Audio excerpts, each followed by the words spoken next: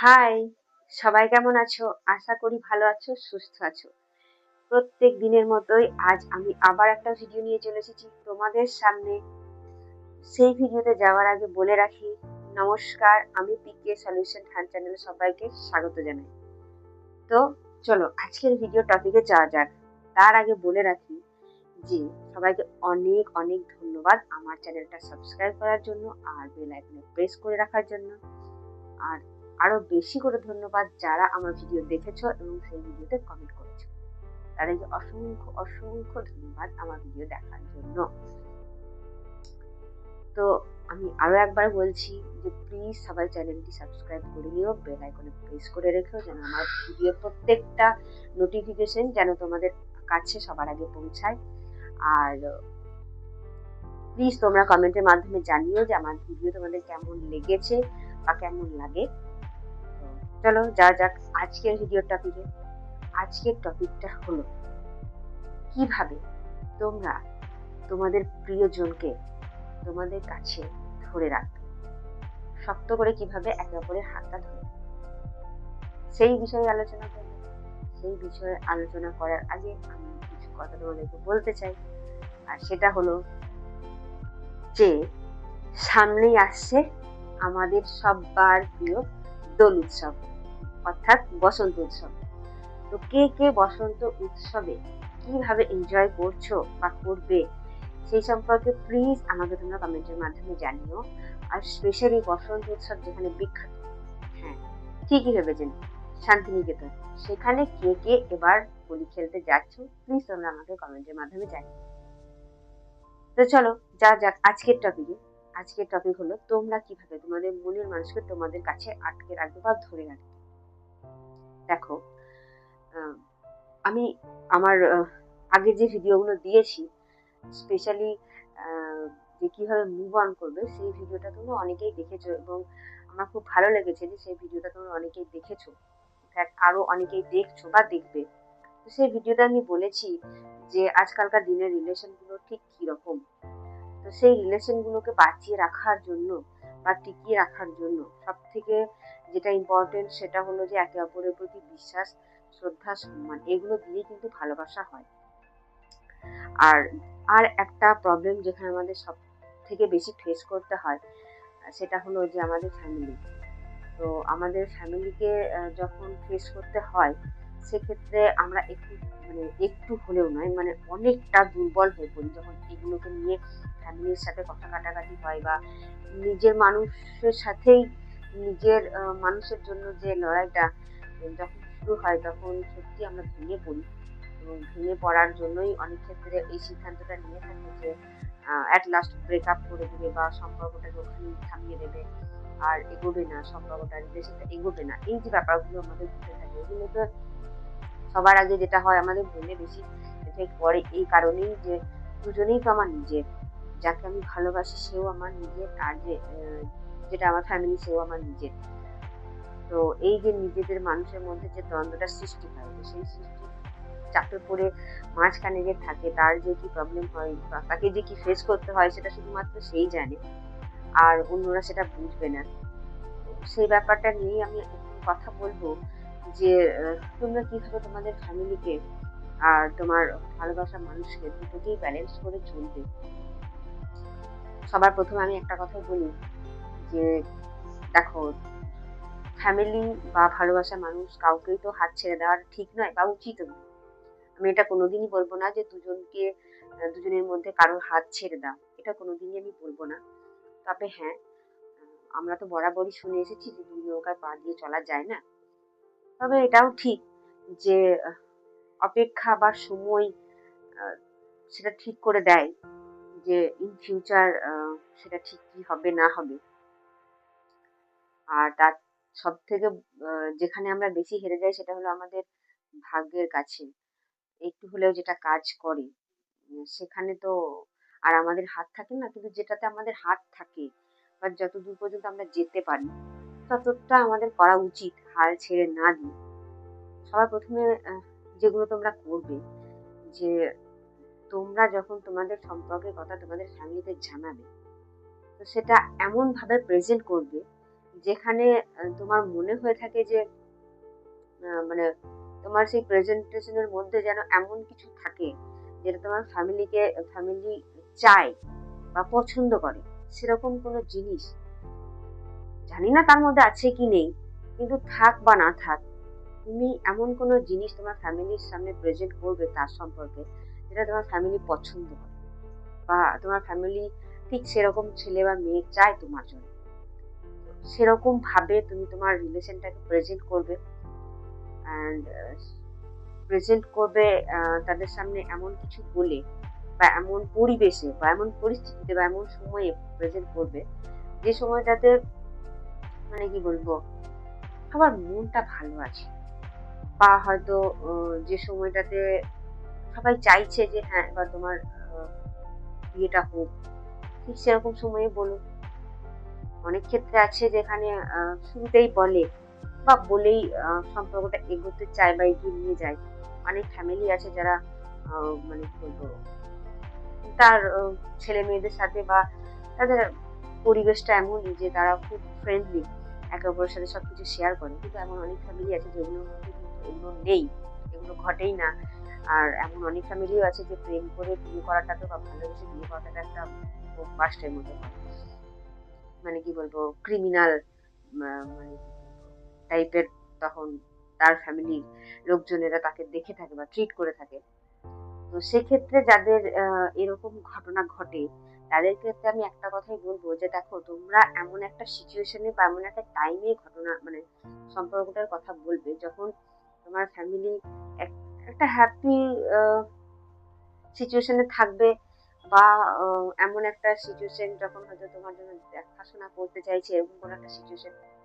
তো সুযোগ বুঝে কিন্তু তুমি তোমার কথাটা বাড়িতে প্রেজেন্ট করবে, আর এমন ভাবে করবে যেটা তোমার বাড়ির লোকেদের পছন্দ, সেইগুলো দিয়ে বলবে। ঠিক আছে? তাদের অনেক প্রশ্ন থাকবে, সেই প্রশ্নগুলোর উত্তর কিন্তু তোমাকে ভেবেচিন্তে দিতে হবে, কারণ তুমিই তো জানো যে তোমার বাড়ির মানুষেরা কি ধরনের ছেলে বা মেয়ে পছন্দ করবে তোমার জন্য। তো সেক্ষেত্রে তোমাকে ঠিক সেরকম ভাবে প্রেজেন্ট করতে হবে, তার সম্পর্কে পুরো ডিটেলসটা সেরকম ভাবেই করুন। স্পেশালি যাদের বাড়িতে এই ব্যাপারটা নিয়ে একটু আপত্তি আছে বা পছন্দ করেন না, তাদের ক্ষেত্রেই আমি ব্যাপারটা বলছি। সেকেন্ড পয়েন্ট হলো যে দেখো, তোমরা তোমাদের ফ্যামিলিকে বোঝাও যে তুমি তাকে কেন ভালোবাসো, বা তুমি তাকে কেন তোমার লাইফ পার্টনার হিসেবে চাইছো। এই কথাগুলো তাদেরকে বোঝাও। কথায় আছে না যে একবার না পারলে দেখো শতবার, এই যে কথাটা যেটা আমরা ছোটবেলা থেকে পড়ে এসেছি, তো সেই কথাটাই কিন্তু এখানে অ্যাপ্লাই করতে হবে। একবার হয়নি, দুবার হয়নি, 1 বছর, 2 বছর, 3 বছর, ব্যাপারটা যখন তারা দেখবে যে তুমি তার সাথে ব্রেকআপ করে নাওনি বা তাকে ছেড়ে দাওনি, তার সাথেই আছো, এই যে ঘটনাটা যখন তারা দেখবে, তখন তারাও কিন্তু এট লাস্ট নরম হতে বাধ্য হবে, তোমার কাছে হাঁটতে বাধ্য হবে। নিজেরা ঠিক সেইভাবেই প্রতিজ্ঞাবদ্ধ থাকো যেন ফ্যামিলিদের যে প্রেশার আর যে রাগ বা যে অভিমানটা আছে, সেটা যেন একটা টাইম পরে গিয়ে শেষ হয়ে যায়। নিজেদেরকে ঠিক সেইভাবেই হাতটা ধরে রেখো। আদারওয়াইজ ফ্যামিলির যে ডিসিশনটা বা রাগটা বা অভিমানটা, সেটা যেন জিতে না যায়, বা তাদের জেদটা যেন জিতে না যায়। তো তাদের জেদটা জিতে গেলে তো তোমার তো সেক্ষেত্রে ব্রেকআপ করতেই হবে।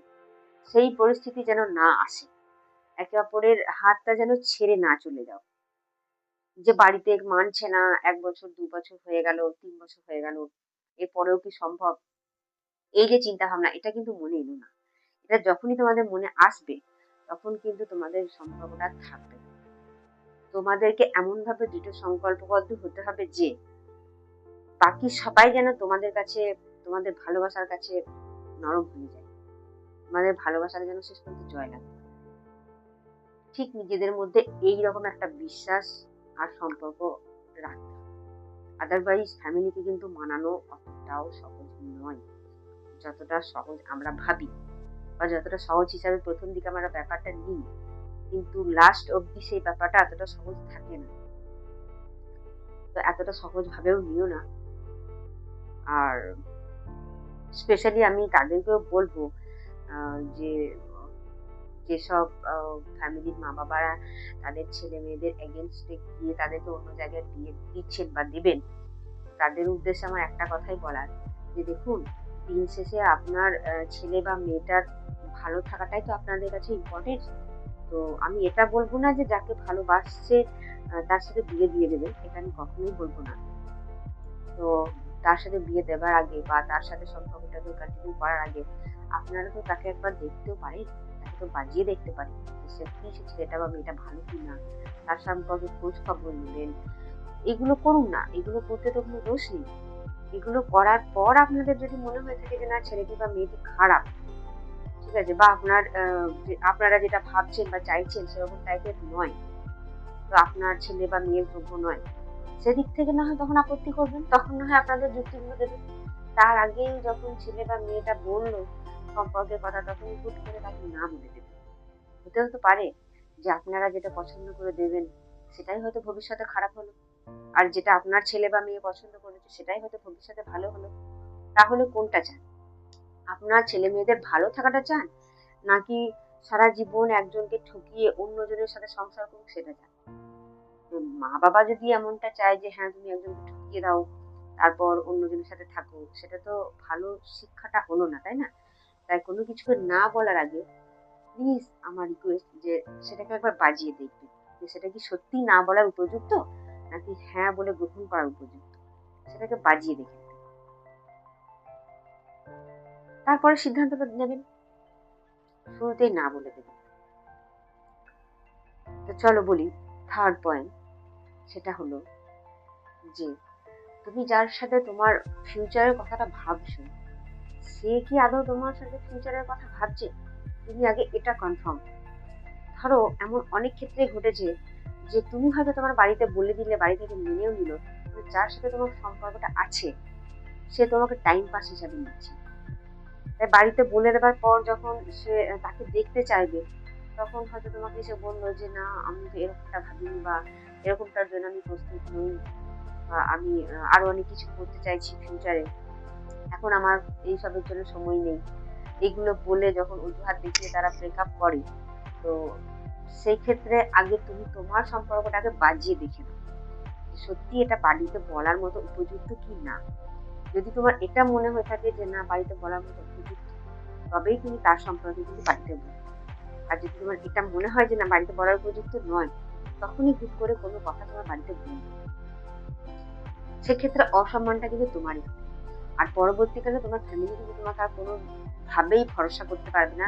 যদি নেক্সট টাইম তুমি একজন উপযুক্ত মানুষকেও নিয়ে এসে তাদের সামনে প্রেজেন্ট করো, তারা কিন্তু তোমার কথা কোনোভাবেই ভরসা করবে না।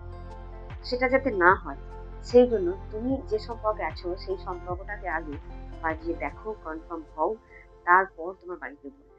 হুট করে বলে দেবে এটা কোনো ডিসিশন নয়, বা হুট করে না বলাটাও, লুকিয়ে লুকিয়ে প্রেম করে, এটাও ঠিক ডিসিশন নয়। কিন্তু তুমি আগে চেনো জানো, তারপরে ভালোবাসার সম্পর্কে যাও, বা বাড়িতে কথা বলো তারপরে যাও।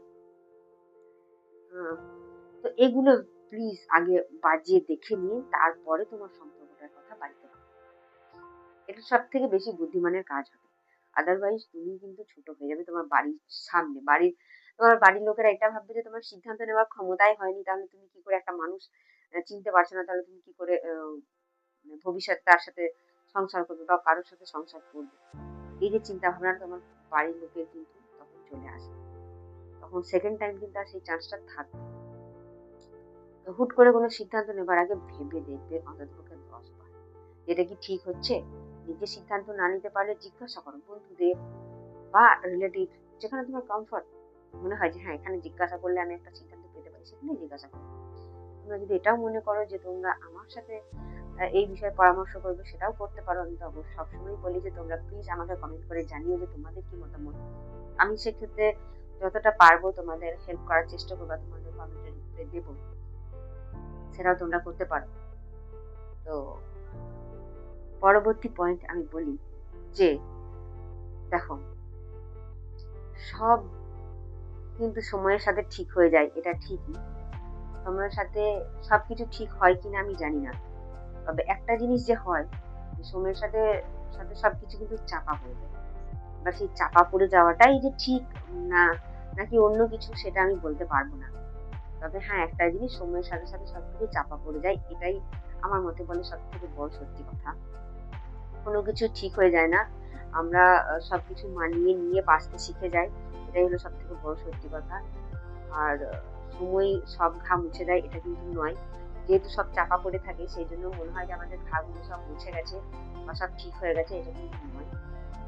এগুলো একদমই ভুল কথা যে সময়ের সাথে সাথে সবই ঠিক হয়ে যায়। না, ঠিক কিছুই হয় না। যা ছিল তাই থাকে। শুধুমাত্র ফাইলের ওপর ফাইল চাপা পড়ে যায়। এটাই হলো আসল সত্যি কথা। যা ছিল তাই আছে। ফাইল সেই একই আছে। যা লেখা ছিল সেই ফাইলে লেখাগুলো কিন্তু একই আছে। সেই লেখাগুলো পরিবর্তন হয়নি। কিন্তু তার উপরে অন্য একটা ফাইল চেপে গেছে। বা তার উপরে আবার একটা নেক্সট ফাইল চেপে গেছে। আমাদের জীবনটাও ঠিক এরকম। যা ঘটেছে তা তো ঘটেছে, তা তো আর পরিবর্তন হবে না। সেটা তো ঘটনা, সেটা তো বাস্তব। আজ সেটা অতীত, কিন্তু কাল তো সেটা বাস্তব ছিল। তাই সময়ের সাথে সাথে সবকিছু চাপা পড়ে যায়, ঠিক কিছুই হয় না। আর চাপা পড়ে যায় আর সেগুলোকে নিয়ে আমরা বাঁচতে শিখে যাই। তাই মনে হয় যে আমরা আমাদের সবকিছু ঠিক হয়ে গেছে আর আমরা সবকিছু মানিয়ে নিতে পেরেছি। এটা একদমই নয়, এটা ভুল কথা। সময়ের সাথে সাথে একটা জিনিস ঘটে, সেটা হলো যদি তুমি তোমার ভালোবাসার মানুষের হাত ছেড়ে দাও, তো সেক্ষেত্রে যেটা হয় সেটা কিন্তু খুবই ভয়ঙ্কর একটা ব্যাপার ঘটে, যেটা আমরা তখন বুঝতে পারি না। আর ভবিষ্যতে গিয়ে সেই ব্যাপারটা নিয়ে আমরা আফসোস করি। সেটা হলো যে দেখো, ফ্যামিলির কথা ভেবে বা অনেকে টাইম পাস করে এক্সকিউজ দেখিয়ে ফ্যামিলির হাত ছেড়ে দেয়। তো তখন বলে কি যে আমার ফ্যামিলি মানছে না। আরে বাবা, তুমি যখন ভালোবাসার সম্পর্কে এসেছিলে তখন তো তুমি তোমার ফ্যামিলিকে জিজ্ঞাসা করে আসোনি। তাহলে আজ কেন তুমি তোমার ফ্যামিলিকে জিজ্ঞাসা করছো? এই প্রশ্নের উত্তর আজ পর্যন্ত কোনো মানে কি বলবো প্রতারক দিতে পারেনি। কোনো প্রতারকের ক্ষেত্রে এই প্রশ্নের উত্তর দেওয়া সম্ভব নয়। কারণ তারা তো জানে যে তারা প্রতারক, তারা অন্যায় করছে, তোমার সাথে ভুল করছে। এই প্রশ্নের উত্তর তাদের কাছে কিন্তু নেই। তো এরকম কোনো সম্পর্ক যদি তোমাদের থেকে থাকে, সেক্ষেত্রে ব্রেকআপ হয়ে যাওয়াটাই বেটার। কারণ যে মানে কি বলবো নিজেকেই মেনটেন করতে পারে না বা নিজের কথার দাম নিজেই দিতে পারে না, এক্সকিউজ দেখায় বা টাইম পাস করে এক্সকিউজ দেখায়, তো ভবিষ্যতে তো সে তোমাকে রেখে দিয়েও আরো অন্যজনের সাথে সম্পর্ক যেতেই পারে। এক্সকিউজ দেখাবে, এটা করছিলাম, ওটা করছিলাম, এখানে ব্যস্ত ছিলাম। তুমি হয়তো সেটা বুঝতেও পারবে না তার অ্যাক্টিং। সেক্ষেত্রে এরকম সম্পর্কে ব্রেকআপ হওয়াই ভালো। কিন্তু আমি যেটা বলতে চাইছি সেটা হলো যে ভালোবাসার মানুষের হাত ছেড়ে দিলে কিন্তু সেটা আর ধরতে পারবে না, কোনোভাবেই সম্ভব নয়। কিন্তু তোমার ফ্যামিলির সাথে এই ব্যাপারটা নিয়ে যদি কোনো ঝামেলা হয়, সেটা কিন্তু তুমি চাইলেই ঠিক করে নিতে পারো বা পারবে, বা হয়তো সেটা আস্তে আস্তে মানানসই হয়ে যাবে। কিন্তু যদি তুমি তার হাত ছেড়ে দাও, তাকে আর খুঁজে পাবে না। খুঁজে পেলেও সে তোমার আর থাকবে না। সে তখন অন্য কারোর হয়ে যাবে। তো আমার একটাই রিকোয়েস্ট যে একে অপরের হাত ধরে রেখে ছেড়ে দিও না। ছেড়ে দিলে কিন্তু তাকে আর পাবে না। একদিন, দুদিন, ১ বছর, ২ বছর এটা কিন্তু নয় যে হ্যাঁ ১ বছরই তো ব্যাপার, তারপরে তো আবার সব ঠিক হয়ে যাবে। এটা কিন্তু নয়। এটা সম্পূর্ণ ভুল ধারণা। ১ বছর তো দূরের কথা, ১ যুগ, ১ লক্ষ জনম মিলেও কিন্তু তার হাত তুমি আর পাবে না। প্লিজ তার হাত ছেড়ো না। সময় যতই খারাপ হোক একে অপরের হাত ধরে রেখো। জানবে ঝড়গুলো পেরিয়ে যাওয়ার পরেই কিন্তু তোমাদের সেই হ্যাপি এন্ডিংটা আছে। সেটা ভেবেই ঝড়গুলোকে কাটিয়ে দিও। আর সম্পর্কে পরিণতি পাওয়ার পরেও একই কথাই চিন্তা করো, যতই ঝড় আসুক ঝড়গুলোর পরে কিন্তু হ্যাপি এন্ডিং হয়। যেটা আমরা সিনেমাতে দেখে থাকি, বাস্তবেও কিন্তু সেটা আমাদের ক্ষেত্রে হয়, বাট আমরা সেটা বুঝতে পারি না। তো সেটা ভেবেই বা ভাবনা চিন্তা করেই কিন্তু এগিয়ে যেও। আজ হাত ছাড়লে ৮০ বছর বয়স পর্যন্ত যতদিন বাঁচবে ততদিন পর্যন্ত আফসোস থাকবে। তাই হাতটা ছেড়ে দিও না। আর সম্পর্কে আসার আগে প্লিজ আমার রিকোয়েস্ট, যাদের মধ্যে এই প্রবলেমগুলো আছে যে আমার ফ্যামিলি মানবে না, তারা ফ্যামিলিকে জিজ্ঞাসা করেই কোনো সম্পর্কে এসো। আদারওয়াইজ কারোর মন ভাঙার অধিকার কিন্তু কেউ দেয়নি তোমাদেরকে। তো সেক্ষেত্রে ফ্যামিলিকে আগে জিজ্ঞাসা করো, মা বাবাকে জিজ্ঞাসা করো যে তুমি সেই সম্পর্কে যেতে মানে পারো, বা তারা কি অনুমতি দিচ্ছে। যদি তারা অনুমতি দিয়ে থাকে তবে তুমি সেই সম্পর্কে যেও, আদারওয়াইজ কারণ মন নিয়ে খেলা করো না। আমার মতো বলে কারণ মন নিয়ে খেলা করাটা খুবই পাপ, যেটা আমি মনে করি যে এটা খুব একটা ভালো জিনিস নয়। তো প্লিজ তোমাদেরকে বলবো যে এটা করো না। আর যারা সম্পর্কে আছো তাদের জন্য বলবো যে প্লিজ হাত ছেড়ো না। 1-2 দিন তো দূরের কথা, 100 বছরেও তার হাত আর পাবে না, যে অন্য কারণ হয়ে যাবে। তো তখন আফসোসই থেকে যাবে জীবনের। সেদিন যদি আমি আর সাহস দেখাতাম, তাহলে হয়তো আজকাল আফসোসটা করতে হতো না। এই আফসোসটা সারা জীবন নিয়ে বেঁচে থাকার থেকে অন্তত পক্ষে যেমনই হোক নুন ভাত খেয়ে হলেও একে অপরের পাশে থেকে হাত ধরে থেকে সময়টা পার করে দেওয়াটাই আমার মতে বলে বেশি বেটার হবে। তো সবকিছু মিলিয়ে মিশিয়ে একটা জিনিসই চেষ্টা করো ফ্যামিলিকে বোঝানোর। আর 1 দিন 2 দিন না হোক, 2 বছর পরেও হবে, তারা ঠিকই মেনে নেবে। বুঝিয়ে বুঝিয়ে তুমি হয়তো তাদেরকে উঠতে পারবে, সেটা চেষ্টা করো। আর ফ্যামিলিকে, যাদের ফ্যামিলি থেকে এই ব্যাপারগুলো মেনে নেয় না, তারা কোনো সম্পর্কে আসার আগে তো জিজ্ঞাসা করে নিও যে সম্পর্কে যাবে কিনা, বা এরকম জিজ্ঞাসা করো এরকম কোনো ছেলে বা মেয়ে যদি থাকে তাহলে তাকে কি আমি পছন্দ করতে পারি কিনা, এরকম করে জিজ্ঞাসা করে নিতে পারো। তারপরে সম্পর্কে এসো। কারণ শুধুমাত্র তোমাদের মতো কিছু মানুষের জন্যই আজ কিন্তু ভালোবাসার প্রতি বা যে এই একটা শ্রদ্ধার সম্পর্ক যেটাকে আমরা মনে করে থাকি, সেই সম্পর্কটার প্রতি অনেক অনেক অনেক ছেলে মেয়ের মন উঠে গেছে। এই কারণেই উঠে গেছে কারণ আজকাল সবাই ঠকাতে ব্যস্ত আর এক্সকিউজ দিতে ব্যস্ত। তো শুধুমাত্র কিছু মানুষের জন্য এই সম্পর্কটার উপরে এত আজকাল দাগ পড়ে গেছে, এত অপবাদ চলে এসেছে। তো সেই মানুষদেরকে বলবো, আমার প্লিজ আমার একটা রিকোয়েস্ট, প্লিজ তোমরা এগুলো করো না, এগুলো করা বন্ধ করো। কারণ তোমাদের জন্য বাকি যারা আছে, যারা সম্পর্কে যেতে চাই ভেবেও যেতে পারছে না, তাদের ক্ষেত্রে সত্যি এটা খুবই একটা ভয়ঙ্কর অভিজ্ঞতা, যেটা আমাদের চারপাশে ঘটে চলেছে ক্রমশ। তাদেরকে আমার রিকোয়েস্ট, এরকমটা করো না। কারণ তোমাদের জন্য ভবিষ্যৎ প্রজন্ম যেগুলো ঘটবে, সেটা হলো যে কেউ কাউকে আর বিশ্বাস করবে না। মানুষ মানুষ রূপে তো দূরের কথা, ভালোবাসার জন্যও বিশ্বাস করবে না, কোনো কিছুর জন্যও বিশ্বাস করবে না। প্লিজ বিশ্বাসটা এইভাবে নিয়ে খেলা করো না। 2-1 জনের বিশ্বাসের খেলার জন্য সবাইকে মাসুল দিতে হচ্ছে আজকাল, যেটা আমরা কম বেশি সবাই দিচ্ছি। তো প্লিজ আমার রিকোয়েস্ট এটা করো না। আর আমার একটা রিকোয়েস্ট, হাত ছেড়ো না। হাত ছাড়লে আর ফিরে পাবে না।